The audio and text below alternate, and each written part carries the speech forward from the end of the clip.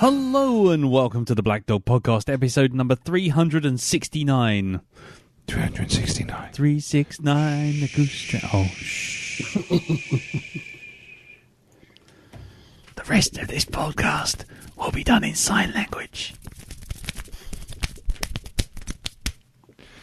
I agree. That's the funniest line you've ever said. Thank you. Hello, everyone. Anyway, welcome to episode 369. I'm Lee. I'm Darren. I'm Jim.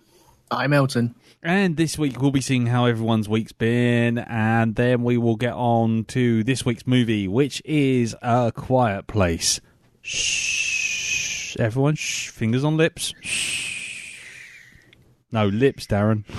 Anyway, and yeah, but first, before we get on to that, let's see how everyone's week's been, and we will go around in the old traditional fashion and start off with Elton. How are your week, sir? Fuck Skype. Fuck Skype. Fuck Skype. That's all I can say. Oh, right, okay. Well, fuck Skype. Brilliant. And how was your week, Jim? Skype is a bastard. It's the only thing I can use, but fuck it. I'd just like to put that little notice out there first. And in other news, I set off a bomb scare. So, yeah, I was...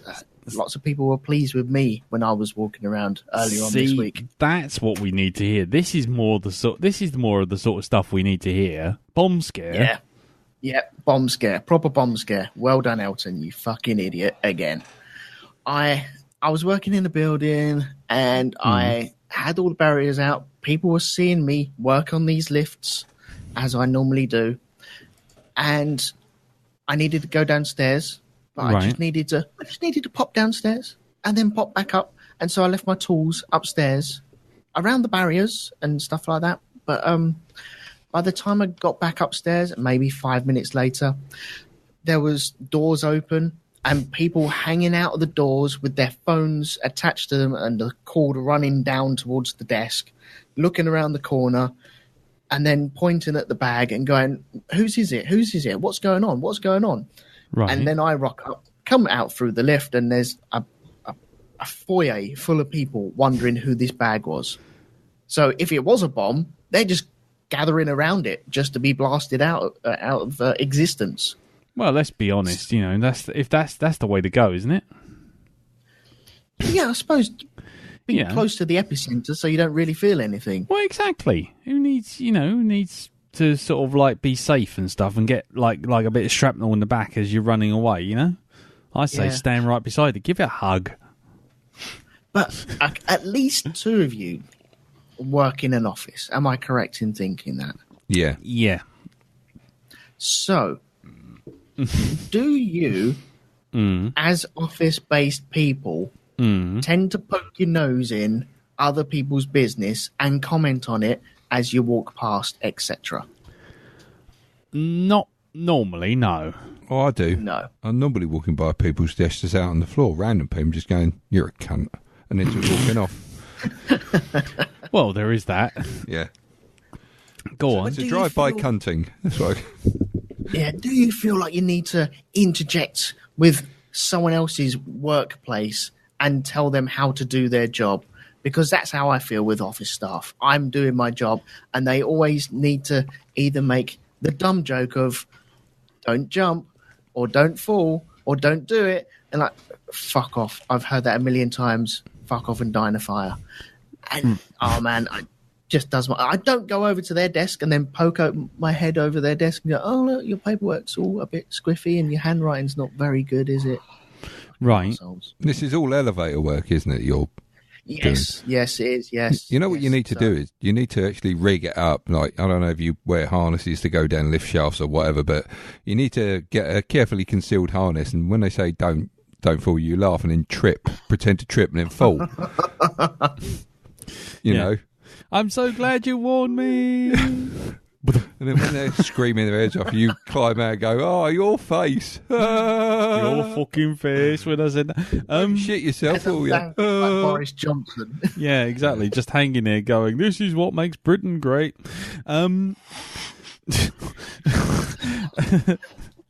just dangling just there like like a disappointing bauble. Like an extremely ugly scrotum. Yes, exactly. That's how I described it on Radio 4. What? As a disappointing Christmas bauble. Anyway, for those of you who don't know, When he got on it, did it dip just a little bit extra? no, it sagged. That was the whole point. It was the rope wasn't tight enough. Blimey, this is like 4 years old now. Yeah. The rope wasn't tight enough. He just sagged in the middle, just hung there, while a guy came along with a hook and just hooked him by the leg and just dragged him to the landing platform. It hasn't changed, but people, please stop falling for that fucking, oh, look, I'm a bumbling Englishman. Would you like a cup of tea? Game that he plays. Fuck off, man. Yeah. Maybe he needs to drop that. But then again, the casual racism is kind of, helping that cause, Oh. Well, no, he has a casual racism and then kind of sweeps it under the carpet with oh, look, I'm a bumbling fool. Would you love me? Look at me, at my hair. Ruffle my hair. No, fuck off. You're a dick. So all of this comes round to, how did you start a bomb scare again? Apart from just leaving a bag? Left my bag for 5 minutes and that was it. And then people just had panic attacks. Right. Okay. And was your bag ticking? No, it wasn't actually. And there was no public, what word am I looking for? The general public weren't at risk whatsoever. Everything was safe and in order and it's in its place. It's just people sticking their nose in where it's not wanted and where it's not needed. And because they've seen it on the news, they want to panic. They want something to panic about. They want something to film in vertical, you idiots.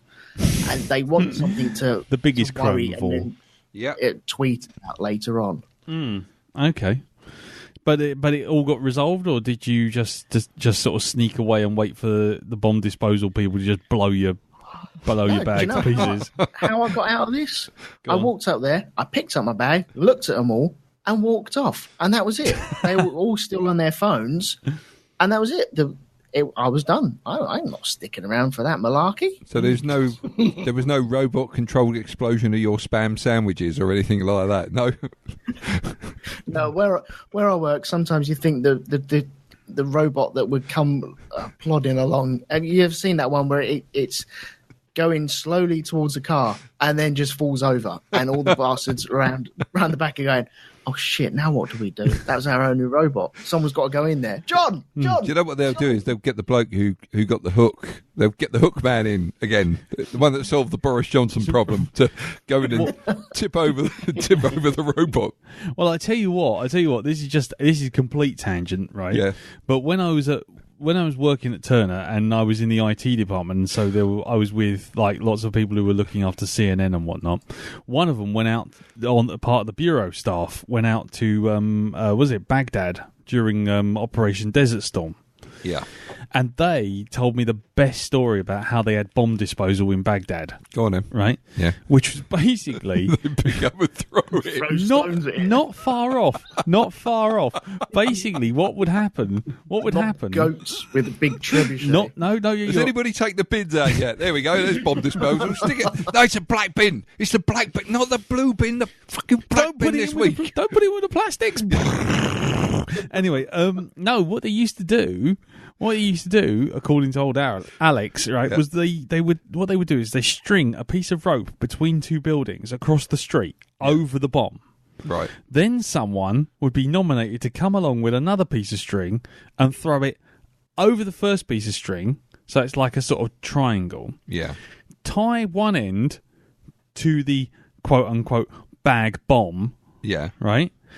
Go along to the other end of the piece of string, which is now tied to one end on the bomb, going up over the string that's across the street, and then from the very end of the street, basically give it a good shake. Just pull the rope and just yank it really, really hard. And if it didn't blow up, that was it. Bomb disposal. It was.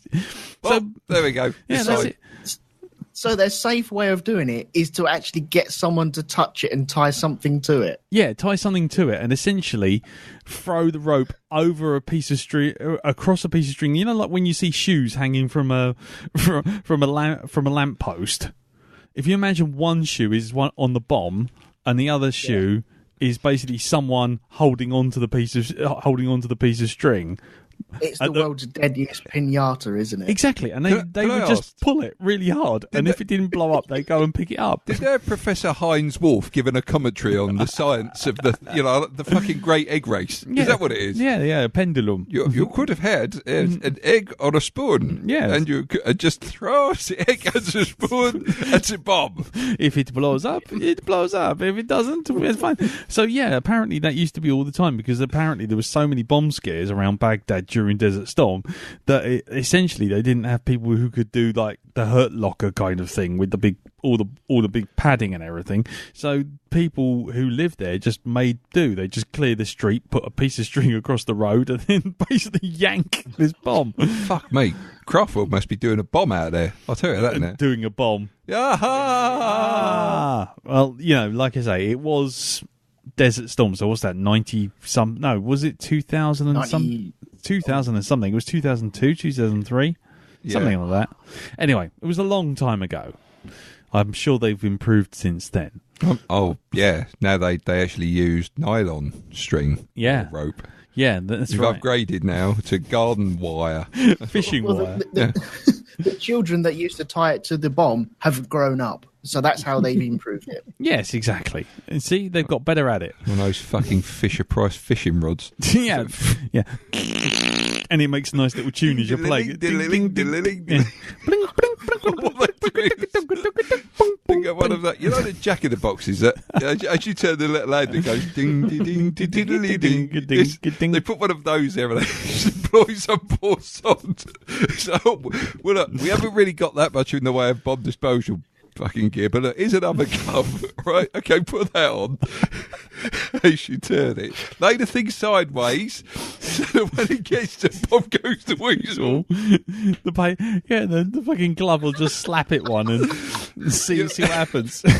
It's a perfectly preserved hand inside. That's all that's left. It's a perfectly preserved fucking hand and wrist inside a fucking oven glove. Holding onto a plate of cheese on toast. It's just fucking gone. So there you go. Now you know, Elton. There's a bomb in main Baghdad High Street. Quick, call in Delia Smith. Get her in. Yeah. Bit of rope decking. Yeah. Cling, cling, cling, cling, cling, cling, cling, cling, cling, cling. He always slows down at this point. Ding, ding, ding, ding, cling, cling, cling, ding, boing. Yeah. But it didn't happen in your case, did it, Elton? No, nothing like that. Oh, kind of a shame. Stick a big boxing glove on the fucking Jack in the Box. There we go. On one of those things you used to go around and sort of pick up like trash with. Yeah, you've got the boxing glove on the end of one of those things, the extendable arms. Extendable arms. There you go. See. Yeah, that's moving bomb disposal in the 21st century. Certainly is. Yeah, the Wile E. Coyote Acme method. Yep, and if you want to just put this solid steel muffin tin over the device, over your head. Yep, that should protect you. Don't forget your spatula. Why a spatula? Well, we're going to need it to scrape you up on the fucking pavement once it goes off. Yeah, I hope your shoes have got pink soles. Why is that? Then we can identify which way your shoes went. Anyway, right. So, anything else, Elton? No, that's it. That's my week. Oh, right. Okay. And no shed news. No shed news. What? I only come in for the shed news these days. I watched the film. Just hear this. We've moved on. Oh, well. No shed. There'll be letters. But I don't think I'll be back next week then. It's all gone wrong now. It's all gone. That's it. Right, that's it. Ladies and gentlemen, thank you very much. This has been the Black Dog Podcast. We've run out of shed news. Yeah, that's it. We'll see you at the Shindig for the farewell tour. That's it, yep. Anyway, right. Well, then, we shall move on to you then, Jim. How was your week, sir? Been fairly quiet. Been doing more wrangling work with the garden, which involved me digging out the front courtyard and repaving it. So, nice. But that looks nice. That's done. Although it says, I do realise I'm not as young as I used to be, and I've had a bad back ever since. So. Oh no! It's clearing up now, but it was just kind of like I couldn't believe when from a small area, there was an awful lot of bloody gravel and soil in there. And it's kind of like your barrows and barrows full. I'm thinking, where's this all coming from? It's from next door as well. Oh, crap. Yeah. But other than that, I know it's not as good as shed news, but, No. there might be decking news in the near future if I get a good quote. Decking news. If I don't, you'll never hear about it again.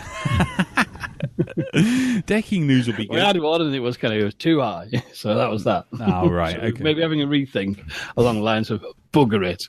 Yeah, sod it. Let's We'll have see. a barbecue. I don't care. Burn it all down. I don't care. Wood fire. Hey. Yeah, cool. Anything else, sir? But yeah, in other years, I annoyed Andrew Lloyd Webber. Yes. Okay, Yeah. cool. Okay, With go a on little then. cunt of a toad. Oh, right, okay. I've been recently fiddling with my Redbubble store and adding some new stuff. Yes, And had some sales, which was nice. that's good. And also got some emails from Redbubble. And it was Marketplace Integrity Test. Oh, very nice. And I was informed that thanks to a complaint from the Really Useful group, which is Lloyd Webber's shit show, they said they were taking down my 2 Phantom of the Opera designs. What? Which is based, A, on Phantom of the Opera, which is a novel in the public domain, as that little cunt of a toad well knows, because the minute it went out of public domain is the minute he opened his shit show of a musical. No. So he could have known that, shouldn't he? Yes. You fucking little cunt of a toad. Secondly, my design is based on the classic 1925 Universal film version, which is also in the public domain. And what's more, it features a design for the Phantom, which was devised by the giant of silent cinema and pioneer of all kinds of movie magic, Lon Chaney Sr., who did his own makeup, which was never copyrighted. Because I know, because I checked. Nice.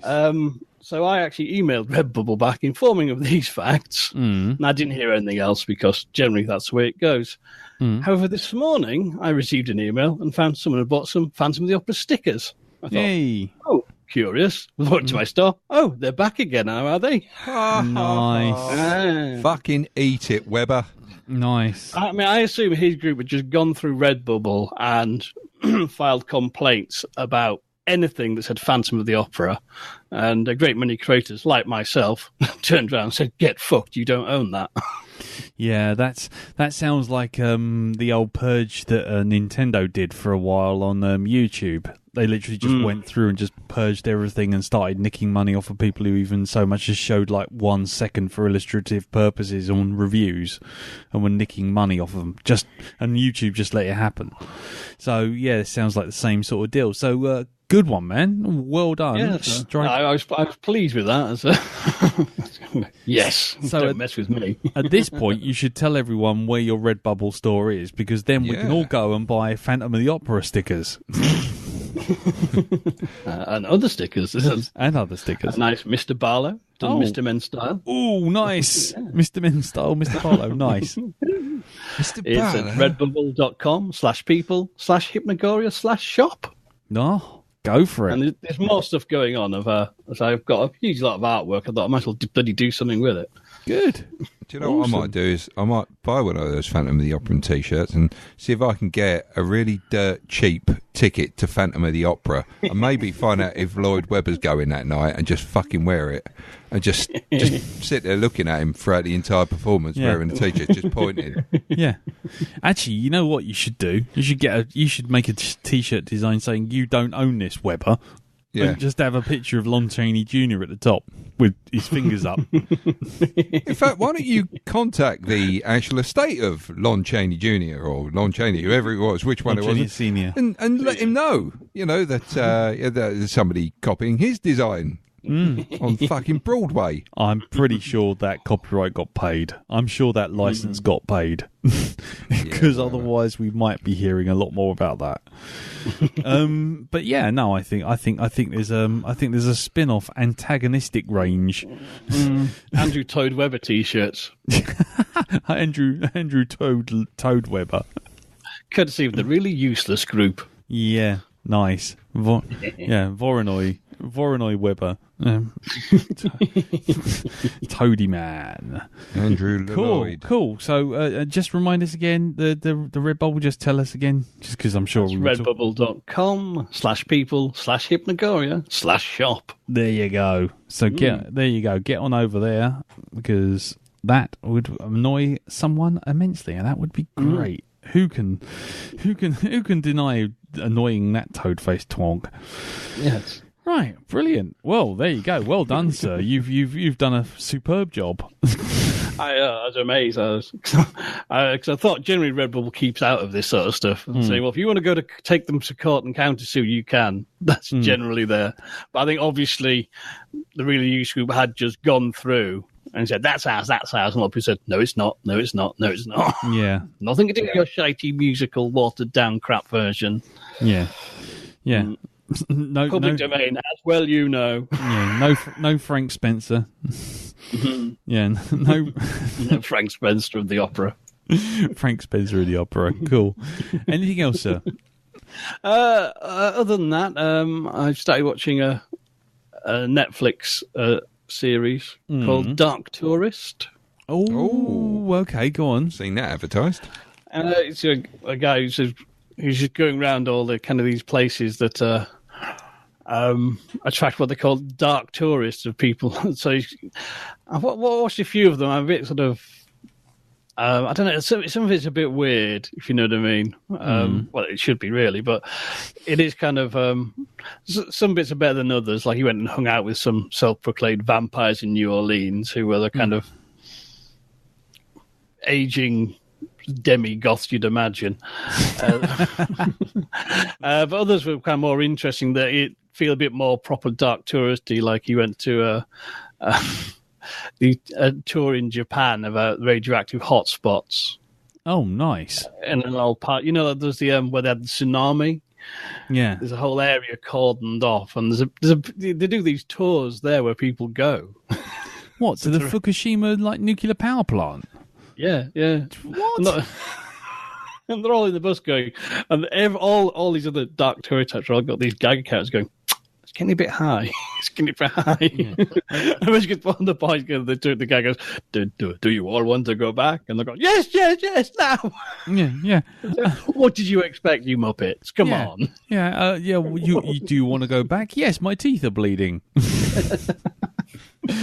But it has some interesting. It's a bit of a mixed bag, I think, and some of these self-proclaimed dark tourists he meets, I think, are twats. But there's a lot of things where he goes to like just weird and odd things. You know what I mean? Of like this Mexican death cult who worships Saint Death. This kind of this weird sort of street religion that's growing up. That's really interesting, and he's very personable. He's got that kind of Louis Theroux thing going on, very dry and deadpan. Yeah. I think most people, probably like me, some bits you just think, who are these people to do these things? Another bit you go, what really? That's insane. Like the last episode where he went to Turkmenistan, which is a crazy dictatorship, and this huge, like, specially built city for these like martial art games they're holding. Right. And it's all like, it's like Las Vegas meets Babylon. All the buildings are white marble. There's giant gold statues everywhere. Looks amazing. Absolutely nobody lives there. Ooh, okay. It's just complete dictator, decadence and folly. Right, okay. It hasn't just been abandoned. Really think, you won't have come across or heard of. And there's some things that are genuinely cool. Like you went to the... I can't remember, the Astrodome, which is where the Soviets launched all their space program, which is in now Kazakhstan. Yeah. And that's like open to the public. You can actually, you can go there and see them launch rockets. It's just a mixed bag, but it's definitely worth a look. You will learn something at some point. Learn something, but we're not sure what. Yes, exactly. Yeah. Cool. And that's called Dark Tourist, yeah? Yep. Nice. On Netflix. Nice. Excellent. Okay, well, we'll definitely check that out. Well, I probably will. I've got lots of things to check out this weekend, but yeah, because I'm home alone. But yes. Are you? Yes. Okay. Watch out for Joe Pesci and that other bloke if they come knocking. Yes. Prepare yourself for battle. Yes, I will. Okie dokie. Anything else, Jim? That's all from me, I think. Cool. Okie dokie. Right, then, in which case we shall move on to you, Mr. Barnard. How was your week, sir? It's been a bit of a quiet one compared to, what I went through the last few other weeks before that. Yeah. This weekend, I was we dog sat for Ree's best mate, Amy. Okay. And we looked after her very small French bulldog Oh, called Frenchies. Kelly, Yes. who's a very affectionate dog. Very quiet as well. Yep. Sit down, sleeps quite a lot. Yep. But really All doesn't good. get in the way all that much. Right. Only thing is, she has to have a human around, at least one, Right. all the time. Right. So I had to bite the bullet, and basically I slept on the sofa for 3 nights. Oh, you'll get out of it. No, because otherwise it would have whined and barked and stuff like this. So I just basically I slept in the living room just to make sure it didn't make any noise. What? So what does the owner do from day to day? Well, you see, I'm not one for letting animals sort of like sleep at the end of the bed and shit like that. It's like, no, you stay there. You go sleep in wherever I put the bed. You don't sleep in my bed. So where was the dog when you were sleeping on the sofa? It was in the living room. It wasn't actually there with me. It was like it was in the corner sleeping. But Right. we tried it. We left it the first night, and it started trying to headbutt the door, scratch the door. Then it started whining, and then it started barking. So it's like, no, I'm not going to piss off the neighbours. I'm going to go. With the memories of Jim's lawsuit ringing in your ears. Yeah, exactly. I even from here, I'm sure Jim can hear me. So yeah, I slept on the sofa living room for 3 nights. You sure this wasn't a big ploy by Ree just to get you to sleep downstairs? You snoring git. No, not at all. No. No. You sure? Yeah. She was, she Ree, was. do write in. Just blink twice. If you need help, just blink twice. She will I'll be tell him. pleased you've actually referred to her. Yeah, that's all right. You just let us know. We'll tell him, even if in the most discreet way possible. You snore. Yeah, she knows this. So she's made up this dog. She's given this dog treats so that the dog barks and you have to go downstairs and look after the dog. No. Trust me, it wasn't. See. But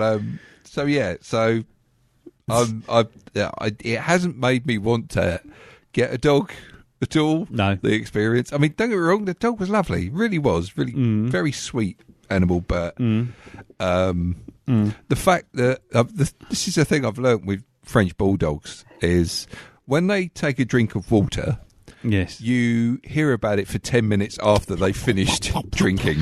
Yep. It's like that. Yeah. And so I'm laying on the sofa. I've got the light off. And I can hear the dog walk out into the kitchen, goes for a drink. And when it comes back, it's wandering up and down. And I'm thinking, have I kind of woken up on the set of fucking Gremlins? Because that's what it said. It was quite a weird experience for a minute there. It was kind of like, oh, wait a minute. Yeah, I know where I am now. Yeah, Right. This is it. I understand. Okay. Brain slots into place. Okay. But So, yeah, that was a bit of an experience, that one. Like I say, I can't say it's made me want to get a dog at all. Well, it's all about training the dog right. Yeah, I didn't have time to do that. with this Well, one. no. By the end of it, I sort of like when I got her to go to her bed, like clicking and pointing at it, and she'd suddenly walk over and sit down, curl up. What about the dog? You're so funny. Here all week, ladies and gentlemen. Yeah, go on. But I mean, I was. I could say I did like the dog, but I don't. I was kind of happy to give it back. You're moving towards cat person again, aren't you? Yeah, I think that's it. It's kind of like you just open the door and let it out, and that's the end of that. yeah, it's like fucking Game of Thrones with a cat, and it's like the dragons. You just open the door, kick some poor bastard through the door, and then close the door, and that's it. It's fed. Yeah, you can just the cat does what it wants. Then Yeah, the cat will deal with it. Yeah, the cat will just sort itself out. Don't worry about it. Okay. Cool. Get food on my fucking table. Yeah. Throw him in the ass. Nice. Thank you. Nice. Fucker. So, yes, anyway, on the film front, I went to see Ant-Man and the Wasp. Oh, yes, and? Yes, I really enjoyed that. Yeah? It was a really, really... It's like the last one. There's comedy in it. Lewis, I think his name is back in it again. Yep. And he does... There's another bout of crazy storytelling. Oh, yeah. He's a little bit off his face when he starts going into this one. So that's funny because it's now at like hyperspeed when he's telling the story. Okay. But I would say if you haven't seen Infinity War, don't stay for both of the stingers. Right. At the end. Oh, they're Infinity War related, aren't they? They are Infinity War related.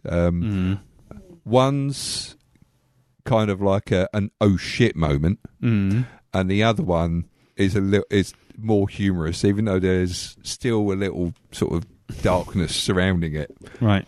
Yeah. Is it just Stan Lee sweeping everyone up? No, Stan Lee is in it. He's in it again. He gets his fucking appearance in there. Yeah. You know, they've got to keep putting him in there just before, you know.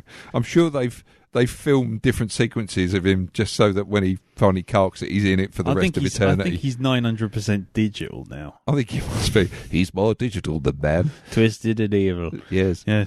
So, cool. But thumbs up, yeah? But thumbs up. If you do want to stay for the stingers, there's one halfway through the credits, which I would consider the more important one, which leaves the film in an interesting point. Right, okay. Like that. Tell me no more, because I still have not seen it. But, so there's one during and one after the credits. Right, okay. Cool. So, yeah. Nice. But a definite thumbs up on this one. Okay, cool. And anything else? Yeah, I watched a new series on Netflix, Pastorama, by those people that did The Simpsons. Yeah, Pastorama. That was going to be my week, I have to say. Was it? Oh, I'll save. I'll shut up. Disenchantment. Yeah. I was. Yes. Yes. I felt that. Yes. Have anyone else seen this? Jim, have you seen this? No, it pimped at me. But... Yeah. He gets pimped around. Elton, have you watched it? No, I've seen adverts for it. I've steered well clear. It's really fucking boring. It really they don't know what to do with it.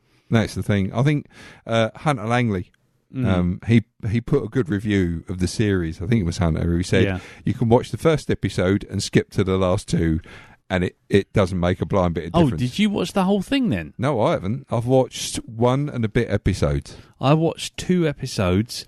The third one started playing on Netflix, and I was like, after about 5 minutes, I'm like, nah, I'm out. And I switched to watching The Good Place. Oh, right, okay. So I'm watching that. I'm going to take a while to warm up to that, I'll be honest with you, because I was coming at it straight after Disenchantment. But it's okay. It's you may want to give it a bit of distance before you go into The Good Place. I love The Good Place. I've watched every single episode of that. Yeah. It's a good, quirky show. And the podcast that they do with that is, I think it's actually done in character by one of the characters you're going to meet later on in season 1. Don't spoil it. Yeah.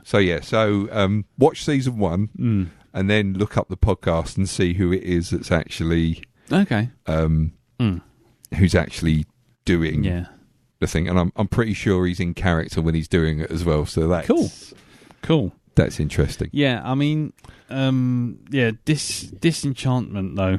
I mean, it's fucking dull, and it's got everything there, right? They've got a world, but they don't know what to do with it. What they've got, the problem as far as I can tell with it, the big problem with it is it's too long. It also doesn't know whether it wants to be a really funny show or it wants to do the sort of fantasy thing properly. Because there are times when it looks like it's swerving towards that, and then it kind of tries to veer away from it. Changes its mind again. Yeah, I mean the thing with it. I mean, for those of you who don't know, basically it's about this princess called Bean, who is due to be wed to cement a relationship with another another. I don't know, another kingdom. I guess it is. Yeah, it's one of those relationships, Forged in marriages of convenience, or the it's it's that sort of thing where it's bringing the two kingdoms together. The arranged marriage for alliances, and basically she doesn't want that. She's a hard drinking, devil may care sort of princess who doesn't want to be sort of sidelined into a role that she doesn't want to be a part of, and then essentially she gets saddled with a demon called Lucy, who is essentially trying very hard to sound like Bill Murray. And also, I'm not quite sure why the demon's there, because not really doing anything. It wouldn't be. It wouldn't be so bad if she was like a goody two shoes, right? And the demon was coming along, and he's opening her eyes to the world and saying, "No, don't do that. Do the bad stuff." Yeah. That would be funny. But the character is already in that mischievous mode. Yeah, so you don't need the demon. It's redundant, isn't it? Yeah. And then there's an elf. Yeah. Called Elfie. And he basically falls for her. And essentially he wants to just see the world and be less innocent and less happy. He's sick of being happy. Yeah.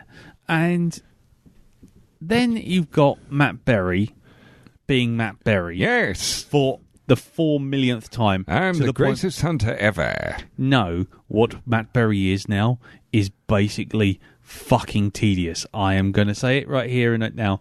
I'm done with Matt Berry, and I've got a funny voice, and I'm going to say things from the id out loud, and therefore you must laugh thing, because it's just... You're done, mate. I'm sorry. That's a one-trick pony. It's Lucian Sanchez. Yeah, you have literally ridden that fucking one-trick pony off a cliff. It was all right 10 years ago. I do like him in Toast of London. He's very good in that. But he's not Lucian Sanchez in that. That's actually a really funny show. Yeah, I didn't last 10 minutes on that show. No. I think for me, I'm just done with him turning up and just being like, even if the material's rubbish, it doesn't matter because he's reading it out in a funny voice. No, it's not. That's not it anymore. That's not funny. It's just not. I mean, everyone can do this, and I can read the fucking. Look, I'm looking at the Wikipedia, right? For marketing. Yes. Marketing. Production designer Jeffrey Breecroft headed the creature design. I mean, on a quiet place. Yeah, exactly. That's it. And it's just like, oh, fuck off. There you go. My name's Matt Berry. So, so as far as it goes, Disenchantment was both a title and a description, because it was it was just too long. There was three moments in 2 hours, because it is about an hour long each episode, isn't it? Or no, like 45 minutes. It seems like that. The first episode was over 30 minutes. And then the other two, the other ones are like 23 minutes long, but even that's 23 minutes too long. Yeah, I mean, emphasise the long. Yeah, the other thing is, it's also like it's not even a Barnard, and it's already too long. Yeah, and it was. The problem is, when you watch Futurama, I was saying this to Sarah today, I went for a coffee with her, and it was like, when you watch Futurama, you can feel that the people writing it are science fiction nerds, but they're also comedians. So they're writing stuff that's funny, but also referencing all sorts of interesting gags and points and things that are, that sci-fi geeks will get, but also normal people will appreciate, because there's a love there. This is like someone who's never seen fantasy before, except for half a dozen episodes of Game of Thrones, and just been told, make a funny show based on Game of Thrones. So is this Mel Brooks has written this one then? Is that right? Later era Mel Brooks. Yeah. Spaceballs Mel Brooks. Spaceballs, Robin Hood Men in Tights Mel Brooks. Right. Not Young Frankenstein Mel Brooks. Yeah. And it's there's one gag with the Game of Thrones Iron Throne, which would have been funny if they just done it and got on with it. But they do it and then they keep coming back to it, and it's like, that's not funny anymore. You've rinsed that joke to death 5 minutes ago. Stop coming back to it. Then there's the guy who sees the Princess Bean in the nude. When right at the very beginning, when she sees her father and she says, "I'm going to go get dressed and be in this princess ball," and she takes all her clothes off and just wanders out. And as she wanders out, the king goes, "Any one of you look at her? If I see any of you looking at her, you're going to get your head chopped off." And then she walks out, and as she walks out, some bloke who wasn't part of the order comes in. Yeah. And he goes, "Did you see that? I saw that. Ooh wee! Did I ever see that?" And he goes, "What?" And it just cuts, and it's like, well, okay, that's quite funny. And then the last one is a one with an ogre and a sort of peaceful, sort of wise man. Oh, I've seen that. That bit was fun. Where he's going, yeah. There's no need to fight, and then basically this ogre just picks him up by the top of the head and just drops him off a cliff. This ogre has two swords in his eyes, and that was it. That was the three gags in what was essentially felt like an hour and a half. I was so fucking bored. And that's the thing. It's not bad. It's just not interesting. And none of the characters give a shit about any of the other characters. So you don't even get the thing of, one character's in peril and the other one's go and save it. It's just like, doesn't happen. One character gets practically drained of blood. And whereas that would have been this is the start of the big adventure because she has to rescue him or her, it's like, that doesn't happen. The character just says, "Oh, I'm in pain," and it's just like, right, fine, and the story carries on its merry way. It's just like, maybe he needs to talk to a fantasy author, someone like Jen Williams or somebody like that. Yeah, if only we knew some fantasy authors who could write something like this, like Jen Williams. Yeah, I know. Let's be honest, she's not listening. No. Right. Anyway, so So I give this Disenchantment a fuck you out of 10. I give it a disinfecting. Yes, yeah, and Matt Berry and his... Yes. Oh, look, it's you lovely ladies. Oh, fuck off. Other than that, what else? I saw the Biggin Hill AI show, which was quite cool. Very good. But I did it from a vantage point of a hill away from Biggin Hill, so we could look down into the valley where Biggin Hill actually was. Yeah. Which was great until the red arrows passed over so low. I think I could have actually changed their tires as they flew past. That was both amazing and slightly terrifying. I had that on the beach once. I was laying on, Great Yarmouth Beach? We were on. Me and my parents were there. And then I changed your tyres. And all of a sudden, we just... nothing. And then just... I'm not joking. I got a parting in my hair that day from the fucking... They were upside down or something, and the tail of the plane just parted my hair for me. Yeah. Well, and then after that, it turned out... I lost a lot of weight that day. Yeah. It's sort of like... enforced evacuation.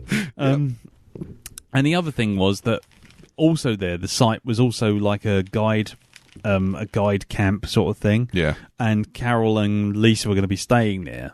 So I was there for the Biggin Hill thing. Mm-hmm. And sort of like, so they're like, "Oh, well, you should try something out, while you're here, because, it's going to be a drive back." And I'm like, okay, fair enough. So I'm doing all these little activities that are around, right?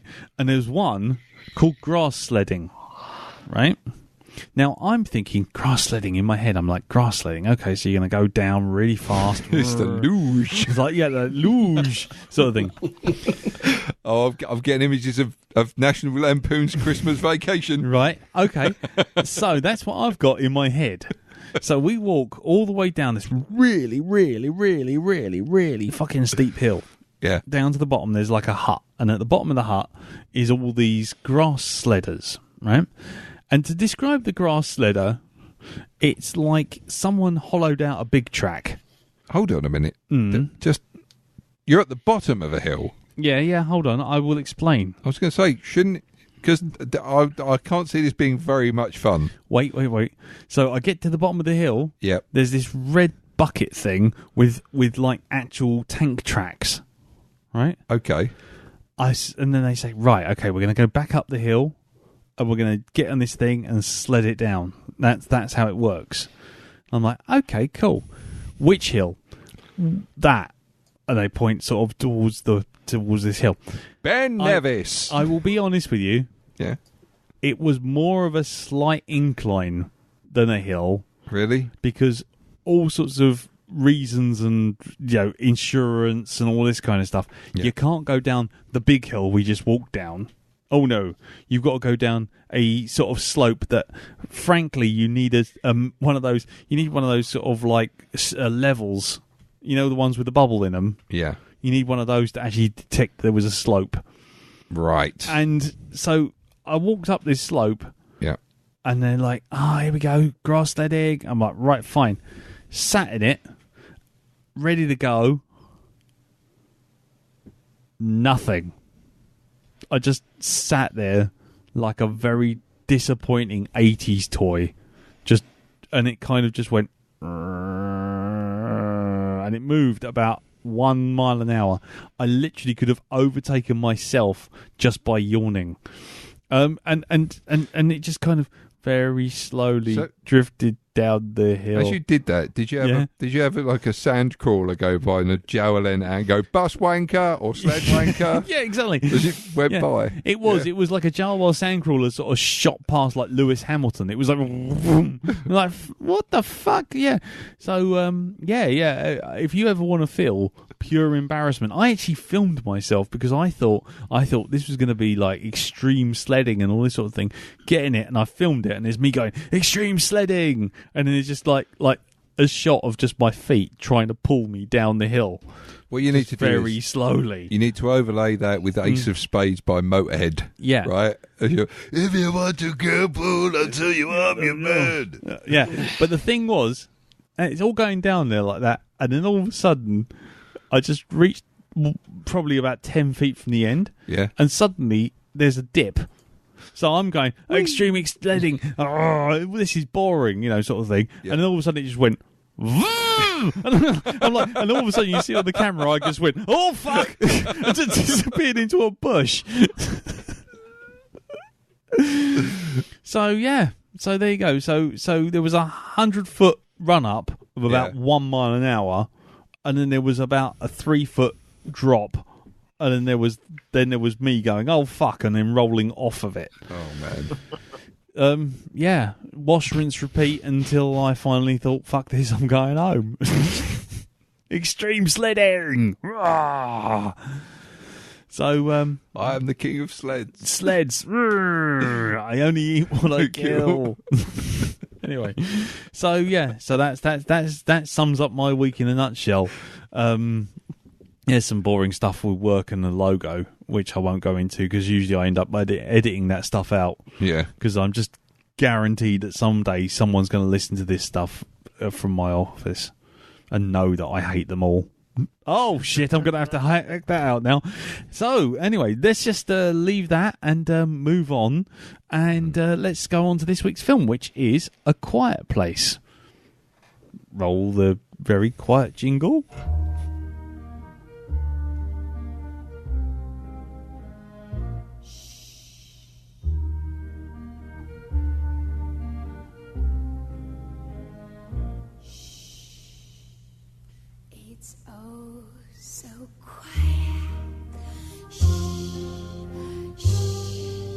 It's oh so still. Shh, shh, you're all alone. Shh, shh, and so peaceful until.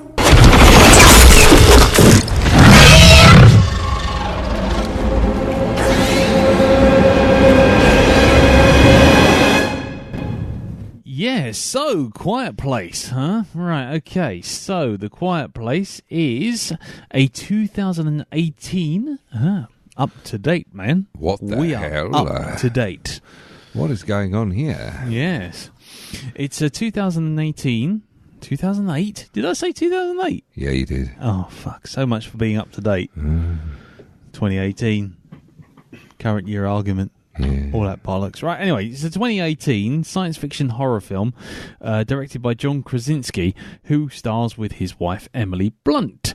The film was produced by Michael Bay's company, Platinum Dunes, but don't hold that against it, which is also run by Bradley Fuller, Scott Beck, and Brian Woods. It began working on the story in 2014, and Paramount Pictures bought their spec script in 2017. Krasinski then joined as director as well as the star and wrote a new draft of the script. The photography took place later that year in upstate New York, and in The Quiet Place, a family must live life in silence while hiding from extraterrestrial creatures, though it's never really it's never actually stated what they are. No. It premiered at South by Southwest March 9th, 2018, and was released in the United States April 6th, and became a box office hit.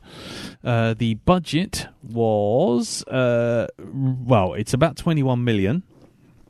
Wow. How much do you reckon it made, Dow?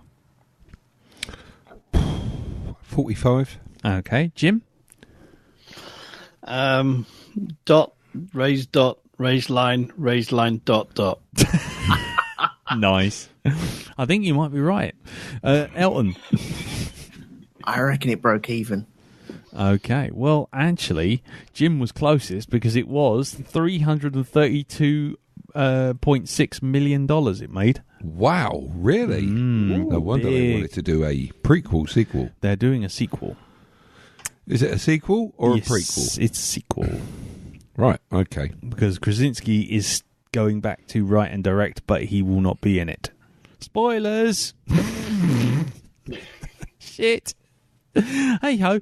Anyway, spoilers. Right, well, actually, if you're listening to this, then you're really kind of asking for trouble, because we are going to give spoilers. Spoilers. As we always do with films that we're reviewing. The film cites influences such as Alien, No Country for Old Men, and it was originally a 15-page proof of concept, and was considered being developed into a Cloverfield film at one point. No. So we're quite glad that didn't happen, aren't we? I think we're all glad. I think so.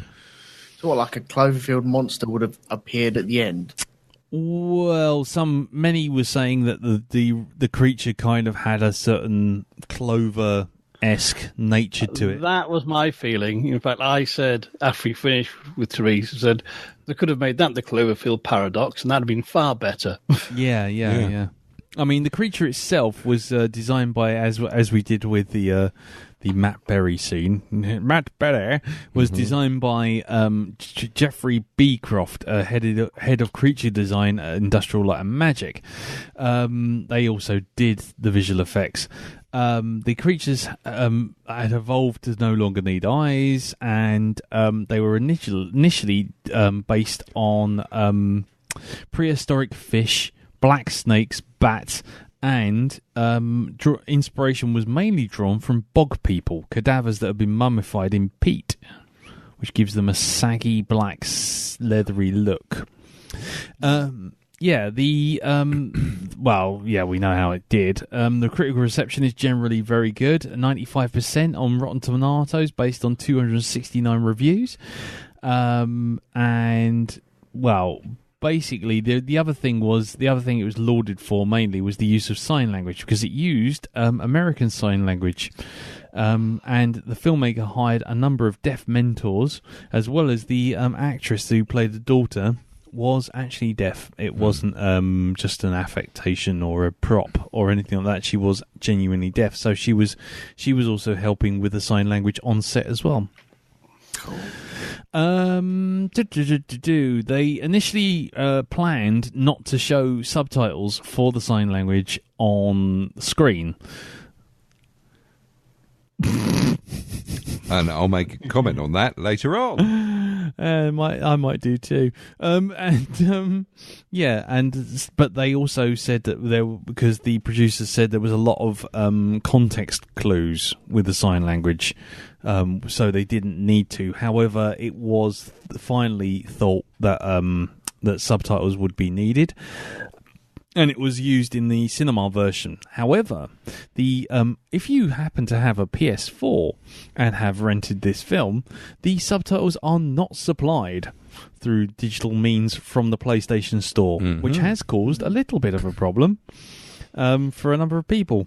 But It's exactly what I watched it on. yes, so if you watched it on the PS4, downloaded from a streaming service, the PS4 wouldn't show the subtitles even if it had them. So there you go, which is always fun. As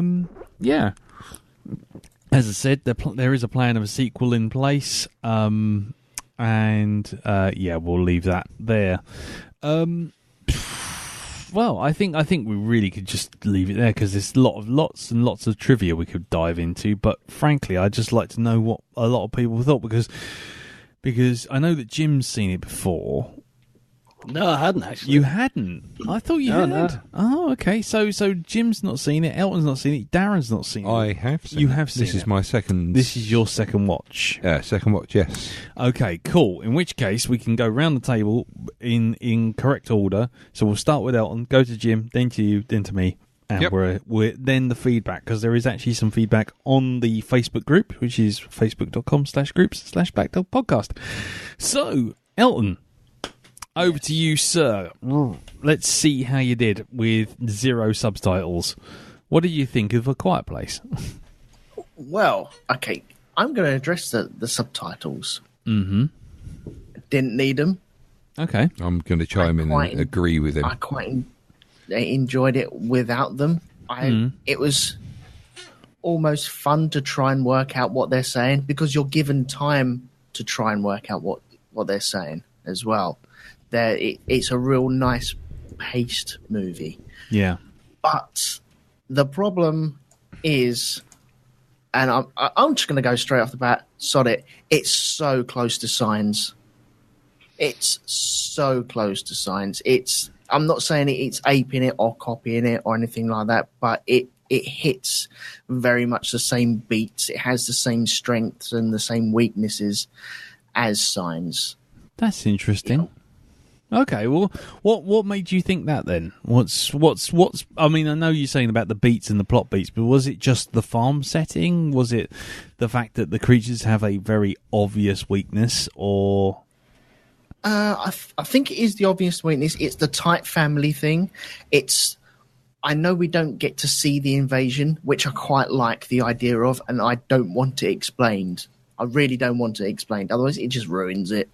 But we have a constant threat throughout the whole film. We have a punchline. I feel bad saying it, but the punchline waiting to happen throughout the whole movie as well. You kind of see it coming, and you know where it's going to go and how it's going to redeem itself. And then you have all the silly questions that you can answer with silly answers as well. Why not just live near a waterfall? It was proven halfway through that movie. Oh yeah, you can just shout here. You can do whatever you want. You can fart and burp and do anything. It doesn't really matter. Well, why not live there? It's a bit wet. It is a bit wet, but you can make do. But yeah, I'm just pulling it. No. It is really good. It's a good family monster movie. Yeah. The way Signs is, funny enough. But I sat down with the whole family to watch this, and we were all not reading subtitles, but we were all sat there quietly. But the weird thing about it is you still need to turn your TV right up. And I don't think that's because it is so quiet. It's you want to get the essence of the film. If it's turned down to like halfway, you don't really hear the footsteps. You're not. Right. The whole idea of it is the monsters don't hear the footsteps, but you can almost feel the footsteps. And I really like that. And when the big crash bang wallop comes, then it's real big and loud and right in your face the way it should be. I don't know about you guys, but I felt like the boy was kind of killed off too soon. Okay. That's the gist I get anyway. It's just you have a real nice family here, a real good family, and you feel like you can bond with them. They look like the family down the road. It's brilliant, and the kid just gets wiped out. And although that is tragic, and you would see it from a family perspective, and it would destroy a family up until a certain point, I feel that we still didn't get to know either the kid or the family situation. I don't want the other 84 days. I want from there, but I want to grow with this family. I want to feel part of this family, and maybe that's one thing I didn't really feel about this. I didn't really feel part of that family along with the journey, and I suppose the 2 deaths are supposed to be shocking. I wasn't really shocked. And that was a bit disappointing. Okay. But tension-wise, fuck me, there's some real good bits in this. There's some amazing bits in this. Right, we had my whole family was sat around watching this, and we're all really enjoying it, getting all the tension. And then Emily Blunt treads on that fucking nail. Oh. And you could feel the walls actually close in on you, with like everyone breathing in, going, "Oh, it's gonna fucking hurt!" And everyone was like that. Everyone just brought their knees up to their chins. It was like, "Oh my god! Oh, and she can't say a single word.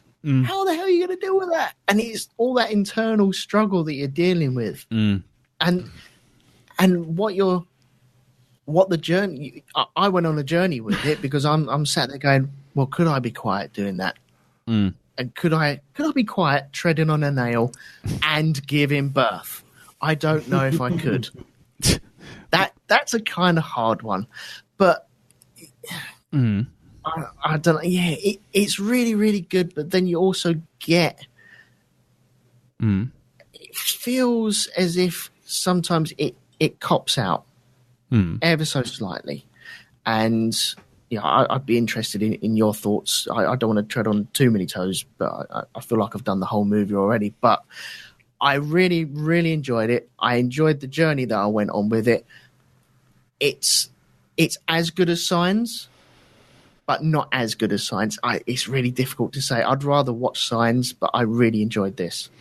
Yeah, and there's a lot of people who are, I mean, I agree with you on Signs being a good film, but I know there's a lot of people who don't like it. So that may not necessarily come as the praise you may think it is. No, I understand that. I understand, but then again, if you're not going to praise Signs because it was a God's message through his dying wife, then that swing away moment is the hearing aid moment.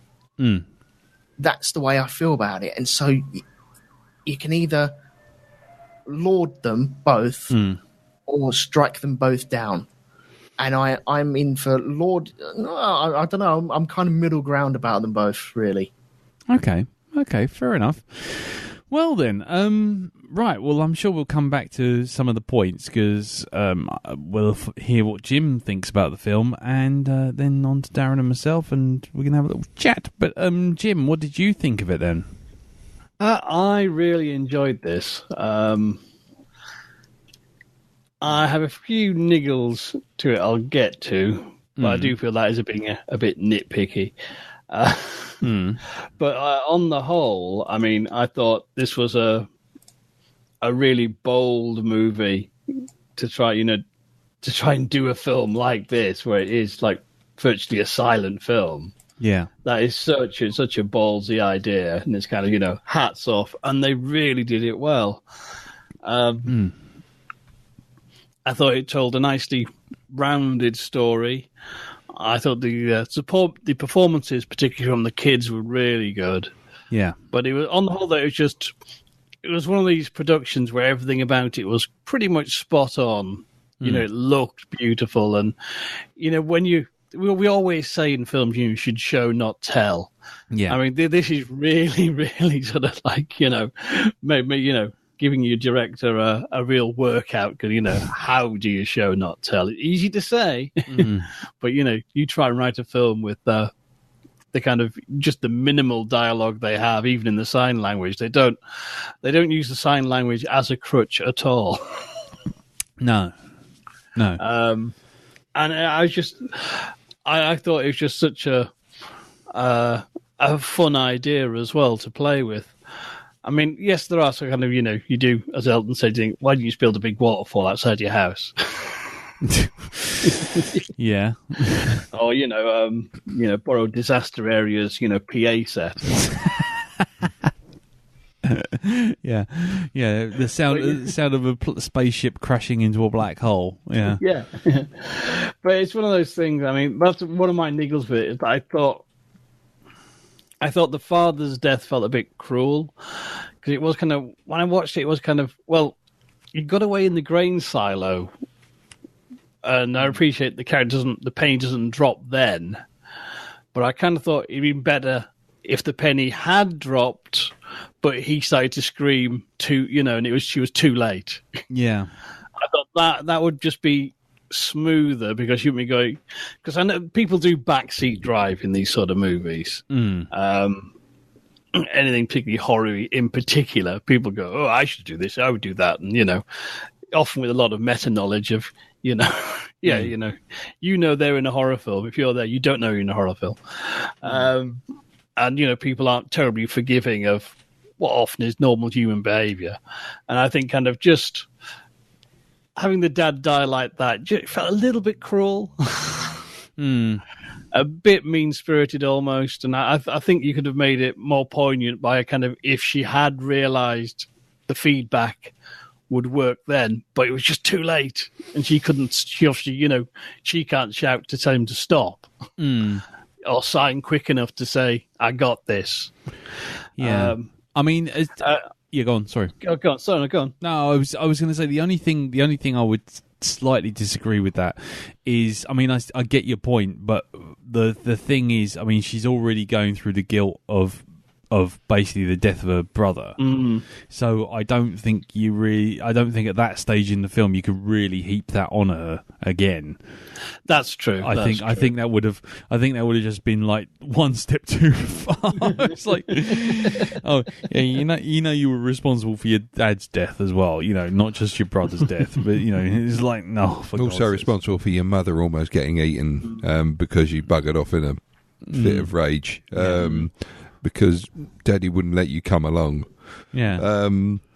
Yeah. And there's one or two other things as well. It's just like, you are just typhoid Mary. You really are, aren't you, as a character? Okay. Everything you touch turns to shit. But back to Jim. Because I know you're going to have a lot to say. Anyway. Yeah. So another thing that I did think, where a brother falls through the silo, that just felt kind of an unnecessary bit of jeopardy. It was just kind of, he's like, fuck, give him a break. Yeah. That just felt kind of a bit of a plot contrivance. I forgive it because the scene it leads to is brilliant. But it is just getting there is clunky. It's kind of like the idea for the scene. How do you get, you can just accidentally fall through a trapdoor on the roof. It's like, fucking really? I know kind of in real life that would happen, but it's one of those things, it's kind of, when you're screenwriting, you can't get away with the shit real life pulls because people won't believe it. I mean, there's a saying in real life, coincidences happen all the time, but if you put it in your script or in your novel, people will say it's lazy writing. Yes. Well, you know what I mean? That's the difference between art and artifice. There's real life is far messier, and the script writer in real life gets away with murder. Yeah. Well, that's the same. Trying to write a sports film as well, isn't it? It always feels cheesy. I was going to say it's a bit like Death of Stalin. That they actually cut stuff that was actually real out of it because they didn't think anyone would go with believe it. Yeah, like the multiple conductors for that orchestra scene, and that sort of thing. But anyway, so carry on. Sorry. Yeah, but so my other niggle was the actual creatures. And it was kind of, I thought, for the most of the film, the way they showed them, or rather didn't show them, was really masterful. And then at the end, I thought we just saw them a bit too much. And I don't think that'd be a problem, but for me, I saw the Cloverfield family resemblance. And they also remind me really badly of Venom. Yeah. Okay. Black, slimy, big round head that's mostly Pac-Man, evil Pac-Man. Yeah. It's just kind of... I mean, it's not a deal breaker. It's not a ding on the film because, it isn't easy creating an original looking monster. It's tough. Not everyone can, pull a Geiger or a Rob Bottin in The Thing or the guys who did The Ritual recently and pull some out the hat where you go, what the fuck is that? Yes. I ain't never seen nothing like that before. But with this monster, I felt I could draw a family tree. Cloverfield, Venom, those wheelie bastards from Return to Oz. Yeah, the Deacon alien at the end of Prometheus. Yeah, and it's just, it's one of those. I think kind of. I say it's not a ding on the film, but it's kind of if you'd been able to reveal a creature that had that, what the fuck is that? That would put this probably firmly into classic territory. Whereas it's in very, very good territory. I say it's not a major ding for me at all because I thought I did like the design. It was just it was just kind of at the end thinking, oh yeah, it's one of those sort of a creatures rather than what the fuck is that? Yeah, I like the big ear thing, and it's one of those things. I know undoubtedly people will say, they're so good at bloody hearing. I'd have gone straight for sonic weapons. Yeah. I've had noisy neighbours. I've looked up plans and worked out how to make them if necessary. And you got to do with hearing. I would go for that. Would be my first port of call day one. It wouldn't have took me that 475 days to have that penny drop. But that's just me. Of having noise problems. Yeah, and looking to reply in kind. Nice. So, but I'm not going to fuss about that. But I felt it was it was a good way to deal with them that sort of felt right. Whereas I've always had a problem with signs of going, oh, water, come on. You picked the wrong world, guys. Yeah, you picked a world that actually is blue from space. You have portholes. What were you thinking? Yeah. I know they both have a common ancestor with War of the Worlds. But for me, the sound thing, it felt more organic and it sort of, made more sense. And it wasn't just kind of like, oh, Ron, no, come on.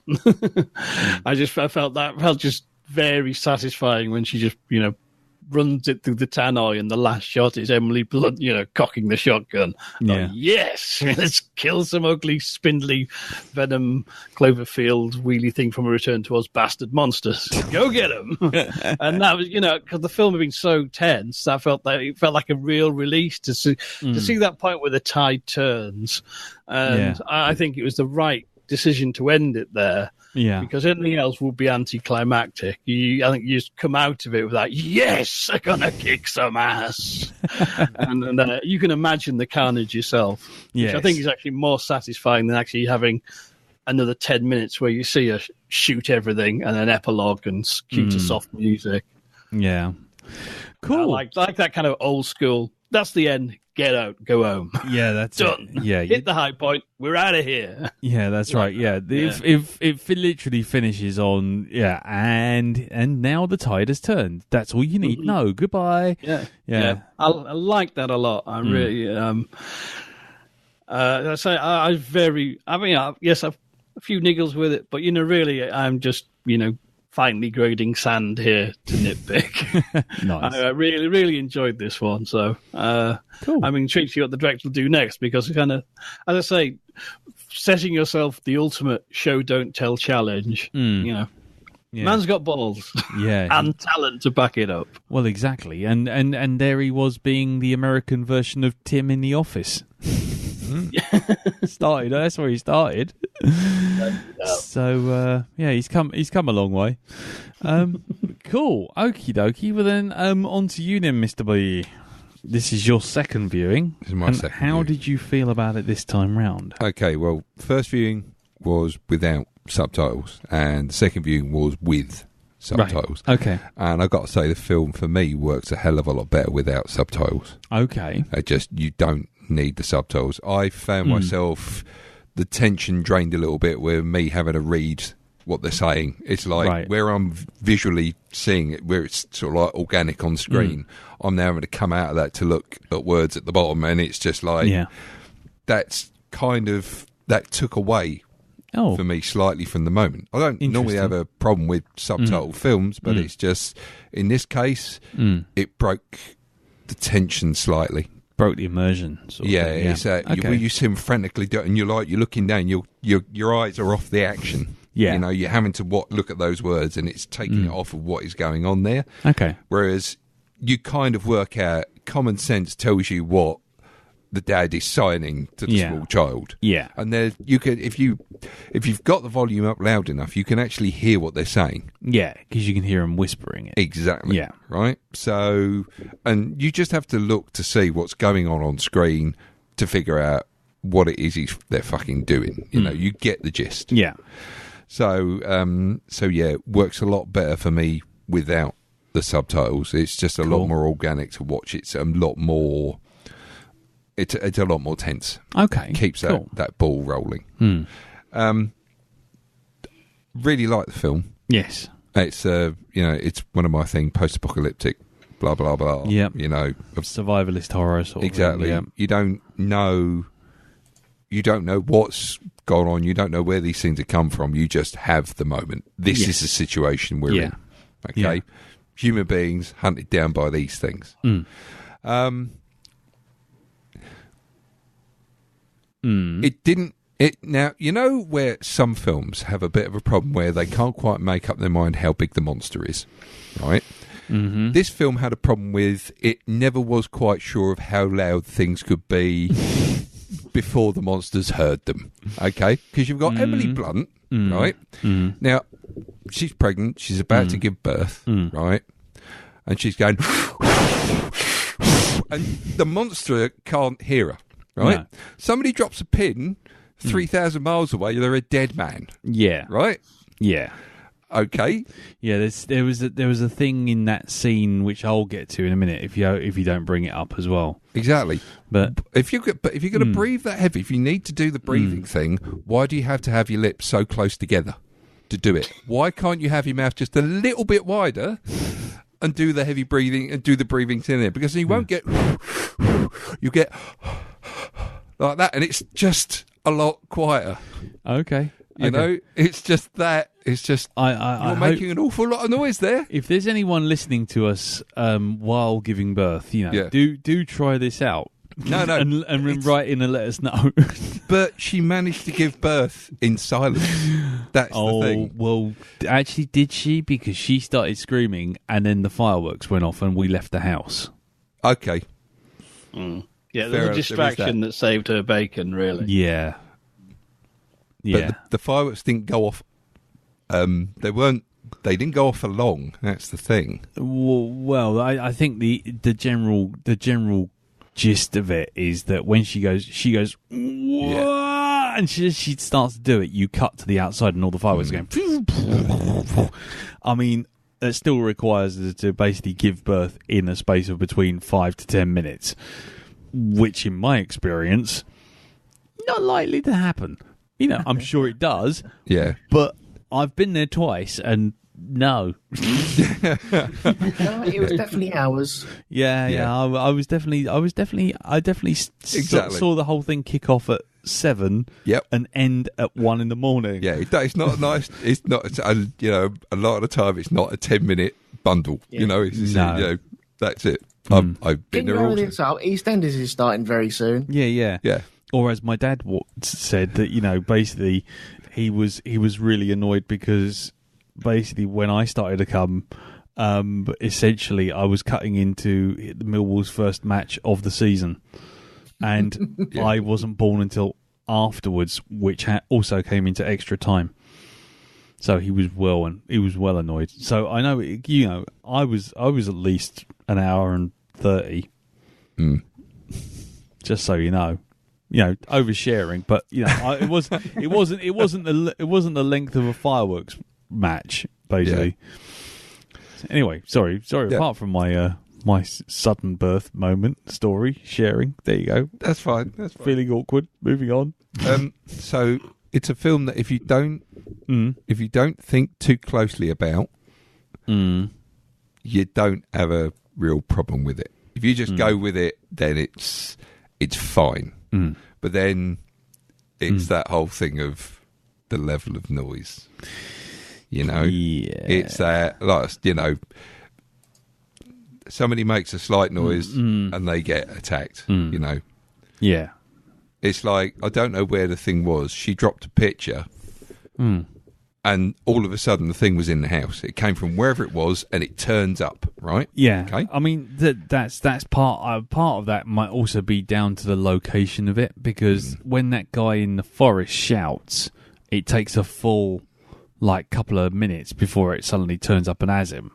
Yeah, but this is the thing. It didn't take very long for it to turn up in the house when she dropped the picture. No, but we knew they were already in the field somewhere, because they'd already killed a raccoon and they'd been on the roof and then they'd been in the forest and then they'd been behind her and all that sort of stuff. So we knew they were close. And in fact, he even has that on the board that he knows that there's 3 in the area. So... yeah, I don't know. I know exactly what you mean, and I'm not forgiving it. I'm just saying that there are clues to think your way out of that problem. Yeah. But I do totally take your point, because there was one bit for me that I was just like, you're having a laugh. Okay. But anyway, go on. Something that kind of got me a bit. I can't ignore it because it's kind of like, you're telling me people have been up and down that staircase and they haven't noticed the great big fucking nail sticking out of the... No, she catches a bag on it. And that's another thing as well. For people who are... Throughout the movie, they're very careful, right? They've got a clever way of dealing with stuff. It's like they've got sand on the floor so they don't make sound when they're walking, stuff like that. They've really made paths. So she's got a bag and she catches it on the hangnail. Now imagine you're in that situation. Do you, A, backtrack a bit and unhook the bag or see what it is that's catching it? Or do you continue pulling it with the danger of actually breaking something and making a lot of noise? In a situation where you shouldn't be making any noise at all. No. You're going to want to know why suddenly this smooth staircase is suddenly causing your bag a bit of a problem. Could it be there's something sticking out that might cause an issue later on, or may just be something we need to take a look at in case it does cause an issue? Yeah, there is a definite case of the horror movie stupids in that point. Yeah, and it has to happen. Yeah, and also another thing is, seeing as the situation, foreign, she drops it, makes her drop the picture. But really, you could have had... She was pregnant anyway. She was going into... You could have had a contraction happen just like that. And she could have dropped the picture that way. You didn't really need the nail in the staircase. Yeah. You had your perfect sort of setup right there. Yeah. Right? And then the waters broke. I think that was more about causing proper jeopardy. I mean, if she had the waters break and she drops the thing, you go, oh, clumsy, so and so. But if she steps on a nail, which she hasn't expected, you're not worried about her being clumsy. You're going, oh my god, she just stepped on a nail. But it's another one of those correct me if I'm wrong, devices. Though, but that is something that 100% of the audience can relate to. Yeah. Instead of a contraction, which 51% only of the audience, the female percent would be able to relate to that. And we could sympathise because we've been kicked in the balls, but I'm sure it's slightly worse. And so we've all trodden on something and gone, fucking hell, that hurt. Yeah. And so everyone can relate to that. Yeah, she would have. She will. Yeah, in the sequel, it's going to be an upturned plug Or a Lego brick. or a Lego brick. It's that fucking kid again. He's a come number back from one. the dead. A number one. A little number one stud. Yeah. Yeah, right between the toes. I'm thinking of right on the arch of the foot. There. Yeah, then it have to be a long one. It have to be a long one then, wouldn't it? Yeah, it would have to be a number. yeah. It would have to be a 6 studder. Yeah, Yeah. it would have to be. Mm. So, yeah, it just, the whole thing of the bag gets caught and she's not checking to see why it got caught. To me, that would be something that, knowing what they're like, knowing how careful they are and how clever they are with the situation, that to me would have been something that I'm really surprised she didn't turn around and check out. Yeah, I mean, again, yeah, I think it. You know, that was Chekhov's gun at that point. It was like something has to happen to cause the grief. You know, so you know they had to have jeopardy. If they're careful all the way through the film and nothing happens, then everyone's going to be like, nothing happens. I mean, I get what you're saying. I mean, the pregnancy in and of itself is certainly something I took slight issue with. Also, the fact that at the beginning of the film, they've got a small child just running around a shop. Yep. And it's like, he's precariously standing on a box trying to get something on a shelf. It's like, this is not the first time he's obviously done something like this. You know, and the fact that it is a small child, you keep them close by, you know, so that they don't do shit like that. Are we getting flashbacks to your Lanzarote holiday again? I think so, yeah. Okay, right, fine. So there's little Triggered. Yeah, there's little bits like that kind of, Yeah. you obviously thought of this film, you've done a good job on it, and it's like, we've done such a good job. How do we cause grief? How do we cause grief? How do we put some peril in there? You know, so they've had to turn on the stupids. Yeah, well, that was a bit like what Jim was saying. You know, the sort of like the jeopardy, sort of the add-in jeopardy of sort of falling into grain silos and whatnot. I mean, you know, it is that whole thing of, you know, they have to start injecting jeopardy into it, because if we've seen 475 days of idyllic walking around on sand and going to waterfalls, then it's nothing going on. Well, I've got to say that even the falling in the grain silo doesn't actually make me go as much as some of the stuff I've mentioned, like the small child carelessly running around. Oh yeah, that sort of thing. yeah, You know. Yeah, I know. I totally get it. I totally get it. Sister Typhoid Mary. Yeah, and Sister Typhoid Mary. Yeah. Anything else? What else did you think? Is there anything you particularly liked about it, or? That moment with the cocking of the shotgun is very just Yeah. it's finally Here we go. yeah.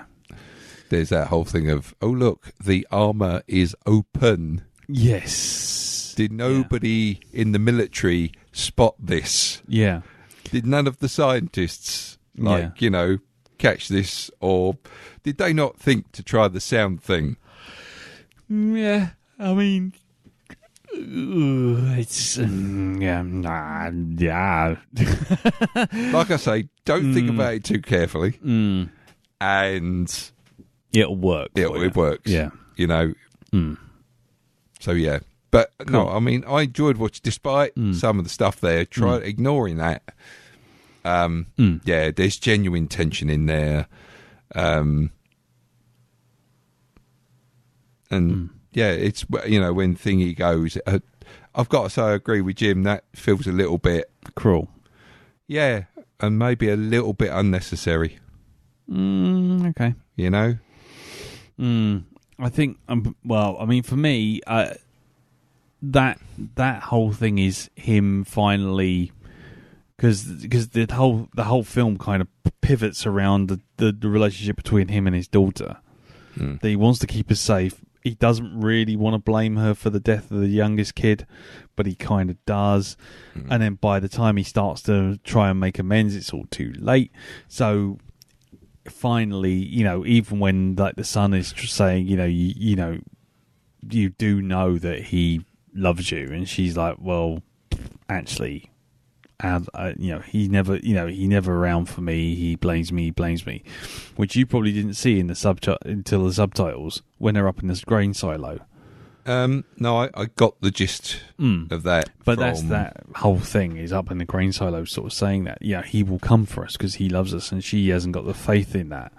And so that's the final thing that finally he has to make that sacrifice to kind of show her almost. I get that. I mean, it's a bit ham-fisted, but it thematically that makes sense. That he finally gets the chance to sort of say, "I love you, I don't blame you, and here's what I'm going to do." I mean, that's bad points in her favour. Yeah. Because there's nothing in that entire. There's nothing he does in that entire film that says he would leave them.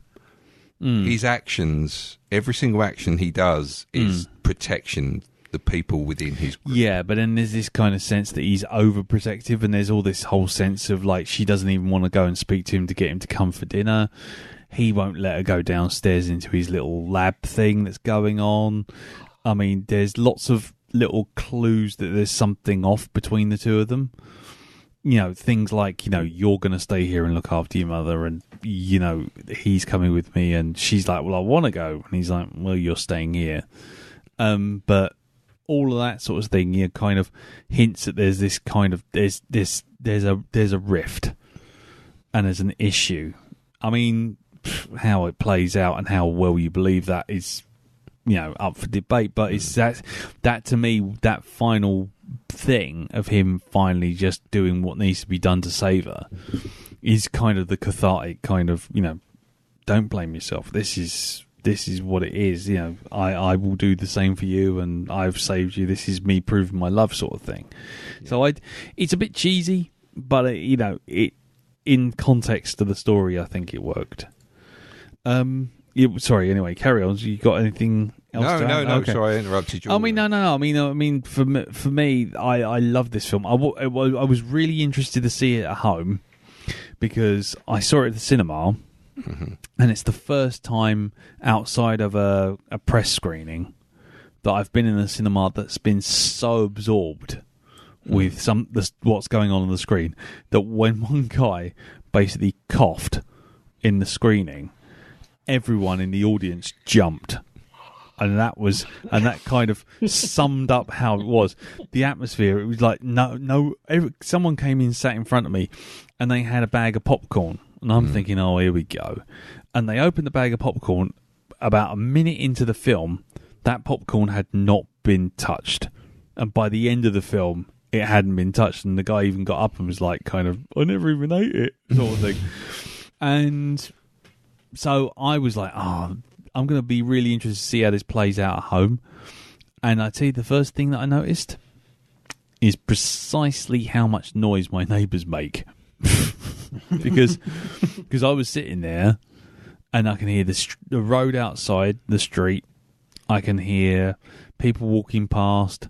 I can hear the next door neighbours playing fucking AC/DC because he was obviously skipping through some music and it came on too loud. Yeah. And it was just like, that kind of killed a lot of the atmosphere for me. But, of course, that also left you with a glowing feeling of imagining that you were in that universe you were watching. They're all dead. Yeah. Yeah. There you go. So that was the first thing. The second thing I noticed was that the first time I watched this, I came away quite tense, super tense, proper shoulders around my ears tense. And I regarded it as a horror film. And it gets brought up in feedback on the Facebook group, so I might be repeating someone else's words, but it felt more like a science fiction movie this time round, not a horror film. And so I didn't feel the tension as much this time round. I still enjoyed it. Don't get me wrong. I still enjoyed it. I think it's an inventive and interesting film. But this time round, I wasn't sitting there kind of really tense. It's kind of one of these films where, as we, I think we've all alluded to in one form or another, the film has to start making them make mistakes to keep things rolling. And the one bit where I was like, oh, for fuck's sake, really? I mean, really? Was the scene once Emily Blunt's given birth, the baby's in the soundproof box. Yeah. John Krasinski, or whatever his name is, has left. Mm-hmm. And as he's left, she falls asleep. And as she falls asleep and he leaves, suddenly we cut to, and there's a broken pipe. And 40,000 gallons of water just pouring out of it. And he hasn't noticed. Yeah. And it's pouring into the soundproofed room. Yeah. So this is a room that is, by its very nature, sealed off from air getting out with sound. Yet somehow water is getting in. And the next thing you see, she wakes up. The water's like sort of 3 foot deep. The baby's cot is floating around. The lid has come off for reasons that best unknown to yourself. And there's a fucking 12-foot tall monster sitting in the corner of the room. And it's just like, how did that get there? What? At what point did any of this shit happen? Because she just fell asleep, and then it's like suddenly that's happening. And for a second, I was thinking, in the cinema when I saw this, I was thinking dream sequence. It's got to be. But then it was like, actually, no, it's not. And it was such a. We're putting this in jeopardy just because we're putting this in jeopardy because jeopardy. Yeah. And it was just like, why? There was nothing gained from that scene at all. And apart from the fact that she hides behind the waterfall of water coming through the ceiling, which up until that point she hadn't heard. So to me, that was kind of indicative of a number of things. I mean, there was also the bit when just before she's giving birth, she goes down into the basement, and to escape from the monster, she sets off the egg timer. Which is fine, except for the fact that what they don't address is the fact that she's going to have to wind that fucker up. Yep. It's like... But don't worry, it's obviously less noisy than... Yeah, but then on top of that, it's now going tick-tock, tick-tock, tick-tock, tick-tock, tick-tock, bling. And, again, I take that this is all for tension's sake and to kind of keep things rolling. But as you say, if you're taking that much care to create the world at the beginning, it's even as soon as you start pulling those things away to do these kind of gotchas, you kind of start to go, well, actually, now you're cheating, and if you're going to cheat, then my ability to believe the world kind of falls apart a little bit. Well, take you say, the baby in the box, right? What a clever idea. You've got an oxygen mask. You put the oxygen mask on the baby, close the lid, makes it almost soundproof. Yeah. And it's like, that's a great idea. Yeah, there's 30 years of fucking therapy for that kid as he's growing up. But, great idea. That's a great idea. It's a needs must thing, and it's like, yes, that works. Yeah, exactly. And that's what I'm saying. And there was a lot. I tell you what, the best bit I really enjoyed was, now watching it a second time, was the opening. Because if you look in that shop, you have a look at all the shelves that are empty are all the baked goods, right? And all the shelves that are full are crisps, boiled sweets, jars of sweets, and in the case of the medicines, all the blister packs have gone, but all the bottle jars are still there. Anything that rattles. And it was really nice little details like that all the way through it. Yeah. That really kind of, I was just like, oh, mwah, beautiful. As Jim said, it was show, don't tell. And I was just like, oh man, that's so good. That is so good, especially the second time round. The fact that the kid only drew on the floor with crayons. Yeah. So you don't make any smacking noises. Or at the dinner table where they have the food on on giant lettuce leaves. Exactly, little things like that, and the fact that the creatures weren't like zombies in terms of only discriminate against humans. You know, when you see the raccoons get it, you know, it was like, okay, so now I understand, because you never see the birds land. Whenever you look up, there's always birds in the sky, but they're never landing. Yeah. It's because, you know, if they land, they make noise, they die. So the birds have figured it out, and they're all up in the sky. Little details like that all the way through. I just love all that stuff. And to suddenly have them cheat things just to make the thing work just feels a little like, you know what, one more draft would have solved a lot of these problems. Yeah. Would have solved a lot of these things. I mean, I get the thing with the nail. I mean, that to me was a no-brainer. As soon as you saw that nail on the floor and she snagged it, I thought, well, there you go. It is Chekhov's gun. It's right there. It's going to get triggered any minute now. Someone's going to step on that fucking thing. But overall, I enjoyed it. I still enjoyed it the second time round, and I think it's a film, as clever as it is and as interesting as it is, I think it's going to be a film of diminishing returns. What are you laughing at? Go on.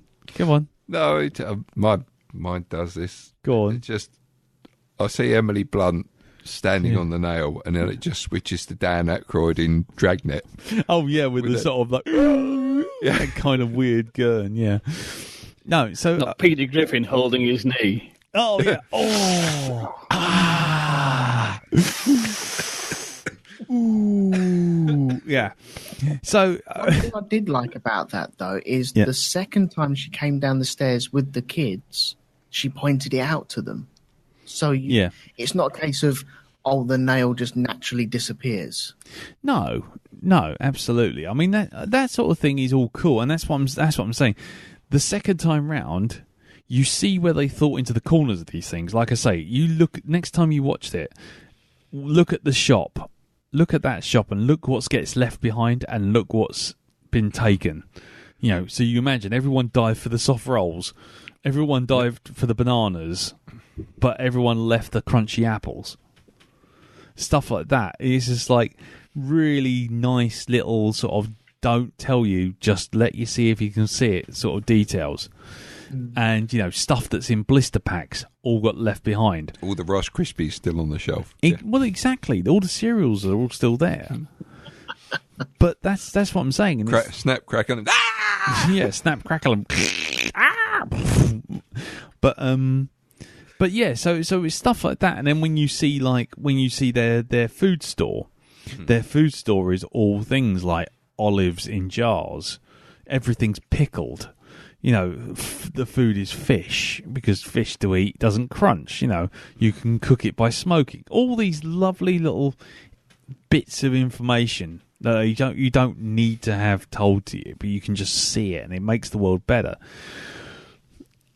Like I say, I just didn't like the ramping up the horror movie trope thing of ramping up the jeopardy through stupidity. That thing of just walking past that water fucking butt, which was now leaking everywhere, just made me go, oh, fuck off. And I did it even more the second time round because I completely forgot about that scene.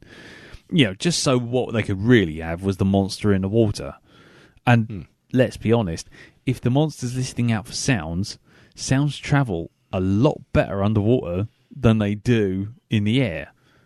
Certainly do. You know, that's the whole thing with fucking whales and whatnot. You know, so when she's walking around and she's stomping about underwater with her feet on the ground, you can guarantee that noise is travelling all across that water. That alien monster thing, he's heard it. One thing, and this is a really nitpicky thing, yeah, right? This is super nitpicky. He's got on all his walls and all over the floors, and you see him all over the place, yeah? Mm-hmm. Newspapers. Yeah. How do you have a monster invasion that focuses on sound and manage to run a printing press for a national newspaper? Very carefully. Just saying. But anyway, so yeah, I mean, overall, I like the film. I still like the film. There are cracks starting to appear because it is a Twilight Zone episode in effect. It is a Outer Limits episode. Yeah. It's there to set up a scenario. It's not there to overthink it. But like I say, I think the problem with it is that they do such a good job in the initial stages that to do the stuff at the end just feels like a bit of a cheat, and you either go with it or you don't. And you know, how do you walk through a forest? How do you walk through a forest quietly to a waterfall without rustling any leaves, snapping on any twigs, Yep. any of that stuff? How do you eat beans? How do you eat beans? Yeah, how do you manage to go to sleep and know that you'll still be awake in the morning? Because you know you're going. How many people fall asleep, or you've slept beside someone and they've rolled over, gone. I mean, if We you were tell having me, this discussion because Amanda's got clicky ankles, and we all decided that she'd be the first one killed off straight away just by walking down the stairs. yeah, click, click, boom. That's it. I mean, it's same here. I mean, I'd go to bed. I'd go to bed. I see you what. I go to the toilet, just sit down, and I'd just be like, you just hear, and that would be the end of it. There'd just be a blur. Although it gets to the toilet door and go, you know the bit at the end when all the bits came off of it and it all went into that'd be like, yeah. Oh dear God, no. So I'm sorry. There's shit like that. Sneezes, yep, farts, yep. burps, queefing. I mean, all of these things. I mean, you know when you sat there and your stomach decides to make a strange noise. Yeah. It's like that. Yeah. Especially when it sounds like you've got a small man trying to notify you that he's inside you. Yeah. Exactly. And it just brushing your teeth. Yep. Oh, pardon me. Oh, there you go. I'm dead. That's it. There you are. So as long as you don't think about it too hard, I think it's probably the best way of putting it. Right, okay. Anyone got anything additional to add while I go to the Facebook group? Anyone? I think I quite agree with what you said. It is a Twilight Zone episode, but I honestly did enjoy it. I don't want people to think I'm ragging on it just for the sake of it, but I feel when you do a film like this, like you say, you really have to think about your world. And I like the way that it's just assumed that we're dropped 84 days into the world. I love that. There's no explanation why, and you don't deserve an explanation. You're just there. And I love that. And the worst thing that a sequel or a bloody prequel could do is ruin all that hard work of not doing any work. It's so easy just to drop you in there and say, no, do you know what? Fend for yourself. You have to work it out yourself. Sometimes it's better in your imagination. And a sequel could ruin that because then you can have flashbacks and guff like that. And then it just turns the monster into, an insect again. Yeah.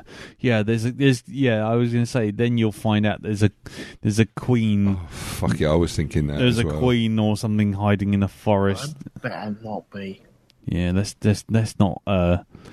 It's Alice Krieg as the. Well, Yeah. I don't even know what they call these things. They didn't even have a name, did they? No, they didn't. Just the creatures. I like the way the whole face opened up, though. Yeah. It was almost looking for sound. I really like that. Yeah, the plates. It's a really subtle movement, but the plates actually turn to where it's looking. So even though its head was pointing almost straight ahead for the most part, when it was scanning, the actual plates, when they came away, sort of angled, so they sort of swept around. It's like horses' ears. Yeah, exactly. Exactly. But anyway, so that's pretty cool.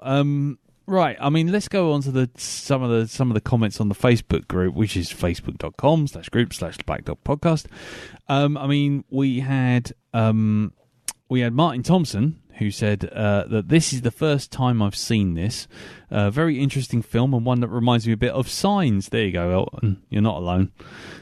Great acting all round from the small cast too. As the family are so used to the menace by now, it did seem that the plot had to create a situation, there you go, to get them into trouble. So we have the birth, etc. Cool monster design too, and I loved how it resembled the human ear and how rarely we got to have a good look at it. While Mike Martin, also on the Facebook group, said it's definitely a case of the whole being greater than the sum of its parts. It had all silly bits you can usually find in horror films, including a guest starring role for the Demogorgon from Stranger Things, yet somehow all the strings together with better than most. Thumbs up.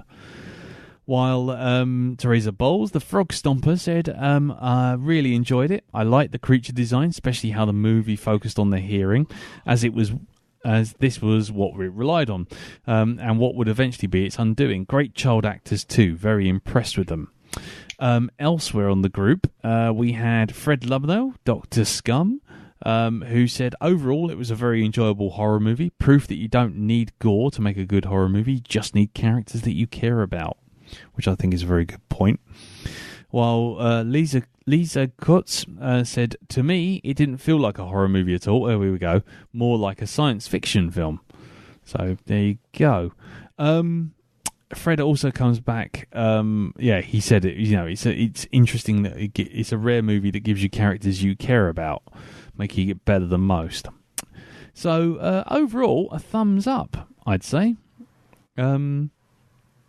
Which is pretty cool, really, because normally these sort of films with these kind of really high concept things can sort of shoot for the moon and fail miserably if they don't sort it out properly. But no, I'm really glad everyone liked it, and overall, I mean, I liked it, even though I'm picking holes in it now. But yeah, same here.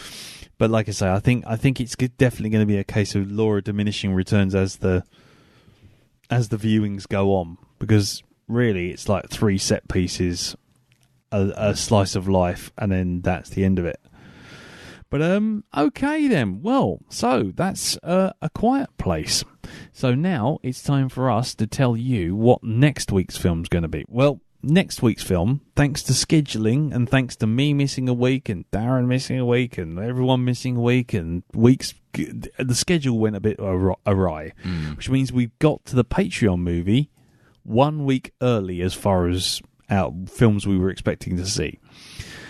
So we are on the penultimate Patreon movie at the moment. We got one more after this one.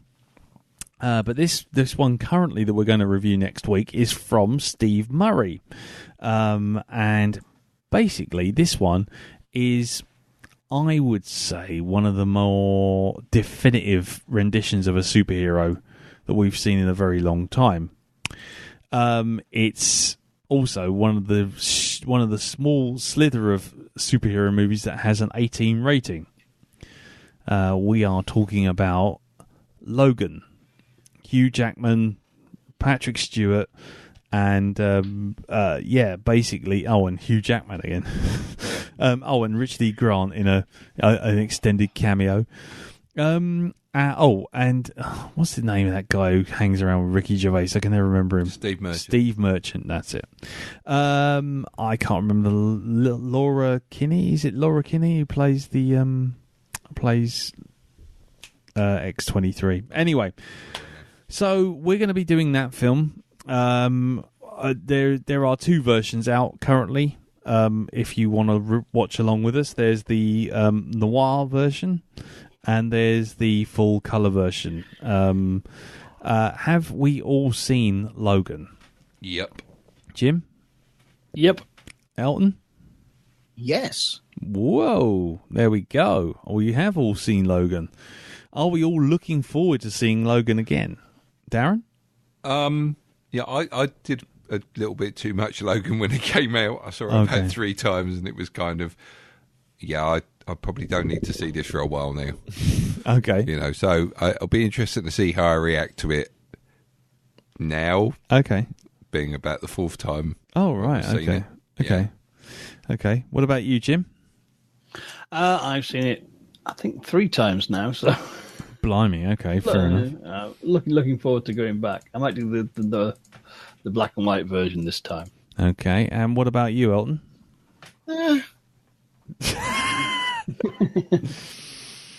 Right, okay. Thanks for that.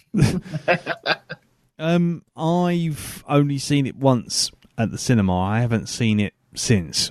So I'm going to be interested to, again, see it in a home cinema setting, so to speak.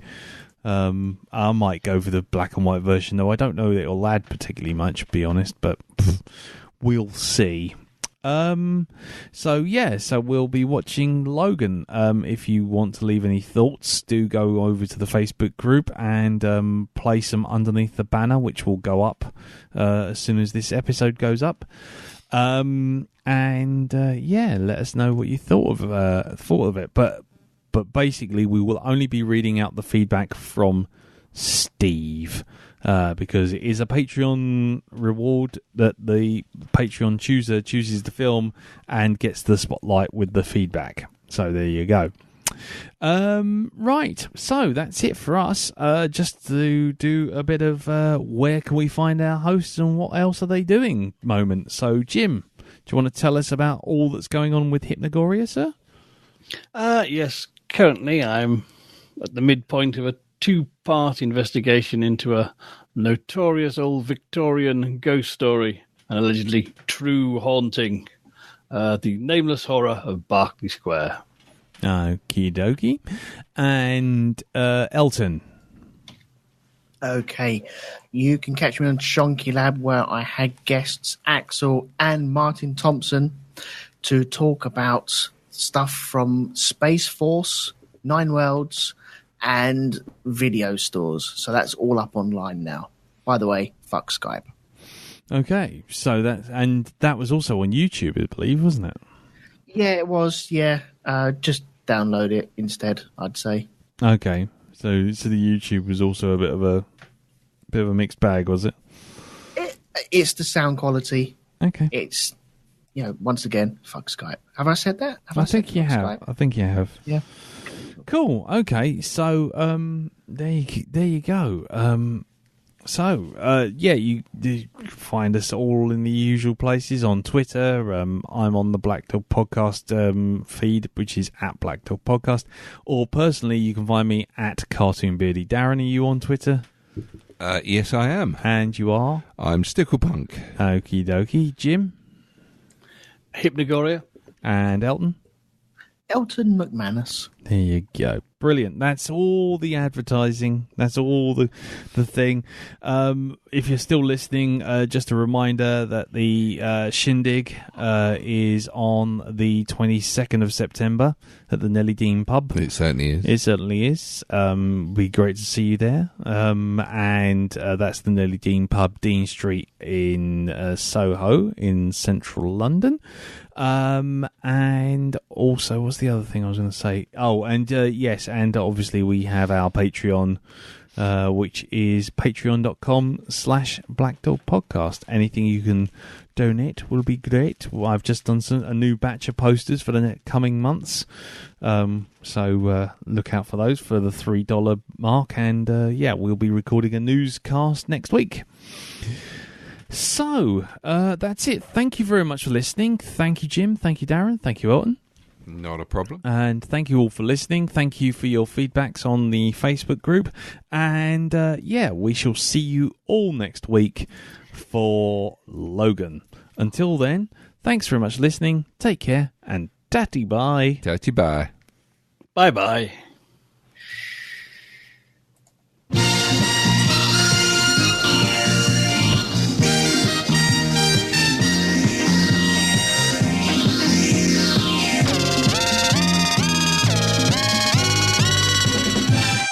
Oh, bollocks to it.